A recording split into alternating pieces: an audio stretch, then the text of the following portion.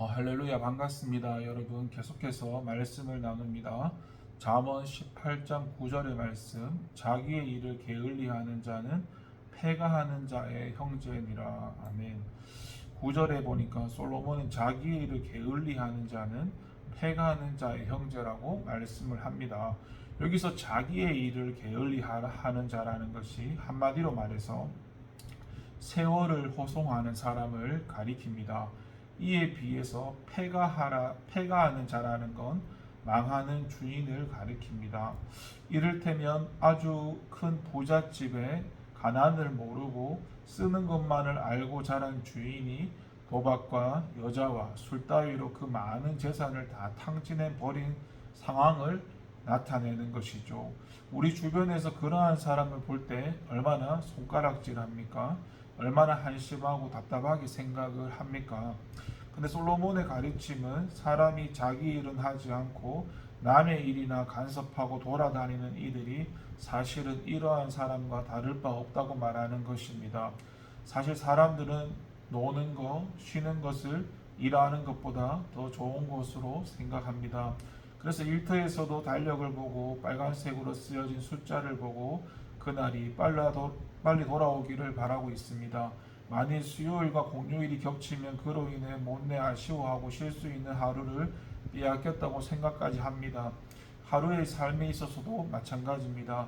아침이 시작되면 직장에 나가 일하는 것이 너무 빨리 돌아오는 것 같고 저녁 시간, 곧 퇴근 시간이 너무 늦게 돌아오는 것처럼 느끼는 이들이 비일비재합니다.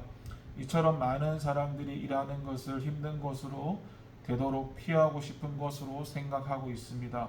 이는 성도들 역시 예외가 아닙니다.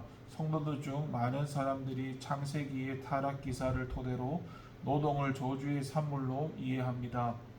곧 아담이 범죄한 이후에 하나님이 그에게 땅은 너로 인해서 저주를 받고 너는 종신토록 수고하여야 그 소산을 먹으리라는 말씀을 근거로 그것을 저주스러운 것으로 생각을 합니다.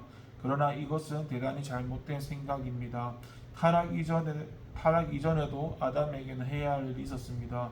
물론 타락 후에 달라진 것도 없지 않습니다. 그러나 타락 이전에도 아담에게 일이 주어져 있음을 통해서 그것이 본래 저주가 아닌 축복의 산물임을 확인할 수 있습니다. 그래서 아무리 힘들고 어렵다 해도 그 일을 하나님이 맡기신 것으로 알고 그것을 즐겨 행한다면 그것은 고욕이 아니라 하나님이 우리에게 주신 선물이고 하나님이 주신 복을 누리는 거라 할 수 있습니다. 이를 인해서 많은 믿음의 사람들은 자기가 해야 할 일에 최선을 다했고 성실과 열심을 다해 그 일을 감당했습니다. 그들은 마지못해서 그 일을 했던 것이 아니라 마치 광부가 금강에서 금을 캐내듯이 기쁨과 감사함으로 감당했습니다. 그들은 그야말로 빈틈이 없을 정도로 자기에게 주어진 일을 감당했고 전력을 다해 힘을 다해 수고했습니다. 이들은 이처럼 온갖 수고를 다해서 자기 일을 감당하며 매일매일 살아갔던 것은 그것이 바로 하나님께서 자신이 허락하신 축복의 텃밭을 일구어가는 촛병이라고 믿었기 때문입니다. 오늘 우리에게 주어진 일, 우리가 해야 할 일을 성실하게 감당하는 건 하나님이 오늘 우리에게 베푸실 축복을 받아 누리는 행위입니다. 물론 쉬어야 할 때 쉬는 것이 지혜로운 삶이고 더욱 능력 있게 일할 수 있는 길입니다. 그러나 일해야 할 때는 마땅히 열심을 다해 그 일을 감당해야 합니다. 그것이 매일매일 우리 삶에 베푸시는 축복을 받아 누리기 위한 유일한 비결입니다. 만일 저와 여러분이 오늘 하루 게을리 살았다면 다른 날이 아닌 바로 오늘 하나님 베푸시기란 약속하신 축복을 스스로 내팽겨치는 것과 같습니다. 저와 여러분의 매일매일이 하나님의 축복으로 풍성해지기를 바랍니다. 그러기 위해 더욱 부지런하고 성실한 삶을 살아가시기를 바랍니다. 기도하겠습니다. 하나님 아버지 감사합니다. 자기 일을 게을리하는 자는 패가하는 자의 형제니라.